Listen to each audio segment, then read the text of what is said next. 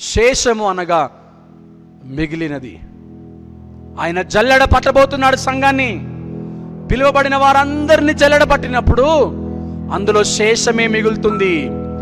పిలువబడిన వారందరినీ జల్లెడ పట్టినప్పుడు ఏర్పరచబడిన వారు మాత్రమే మిగులుతారు. దేవుని వాక్యానుసారంగా, దేవుని ఆజ్ఞలను గైకొంటూ, ఆజ్ఞానుసారంగా జీవిస్తూ, వాక్యానుసారంగా జీవిస్తూ తమ పరిశుద్ధతను కాపాడుకుంటున్న ప్రతి వారు ఆ శేషించిన వారు పట్టణంలో సురక్షితముగా నిలుస్తారని దేవుని వాక్యము సెలవిస్తుంది. ప్రియ సంగమా, అయితే ఎన్నో కష్టాలు, ఎన్నో బాధలు, ఎన్నో శ్రమలు, ఎన్నో ఆటంకాలు, ఎన్నో ఇబ్బందులు ఈ కడవరి దినాల్లో మనము చూడబోతున్నాము, ఎదుర్కొనబోతున్నాము. ఇప్పటికే అనేకులు ఆ యొక్క అనుభవాన్ని చూస్తూ ఉన్నారు. అయితే ప్రియ సహోదరి, సహోదరుడా, నీ విశ్వాసాన్ని నువ్వు గట్టిగా పట్టుకో.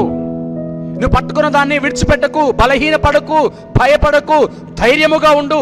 ఆయన నిన్ను నడిపిస్తాడు.